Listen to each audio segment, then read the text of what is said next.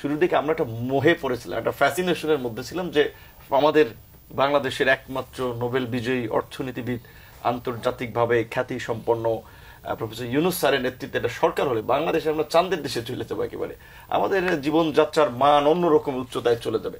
আমরা একটা নতুন বাংলাদেশের দিকে এগিয়ে যাব, যেখানে সাম্য, মানবিক মর্যাদা, সামাজিক সুবিচার থাকবে, মানুষের মধ্যে বৈষম্য থাকবে না, সামাজিক দ্বন্দ্ব সংঘাত অনেকাংশে কমে আসবে, এগুলো ইউটোপিয়ান মানে জগতে আমরা চলে যাবো। এরকম অনেক কিছু আসলে কল্পনায় ছিল। এটা ঠিক ইয়ং মানুষ, বিশ্ববিদ্যালয়ে পড়াশোনা করেছি, কাজে আমরা একটা ভালো পরিবেশ চাই, সমাজ চাই, এই আকাঙ্ক্ষা আমাদের মধ্যে থাকতে পারে।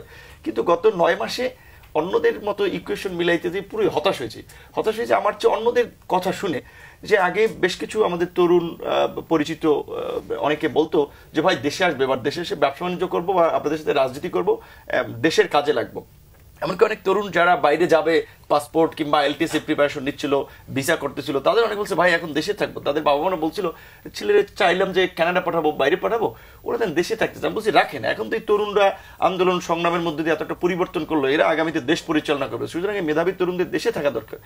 এখন আর সেই সমস্ত তরুণ, আমার কথা না, আপনি একটা জরিপ করে দেখেন, ইন্ডিভিজুয়ালি কথা বলে দেখেন, সেই সমস্ত তরুণরা দেশ নিয়ে 9 মাস আগে তাদের যে আগ্রহ, উদ্দীপনা, একটা আকাঙ্ক্ষার জায়গা ছিল ওই রকমের নাই।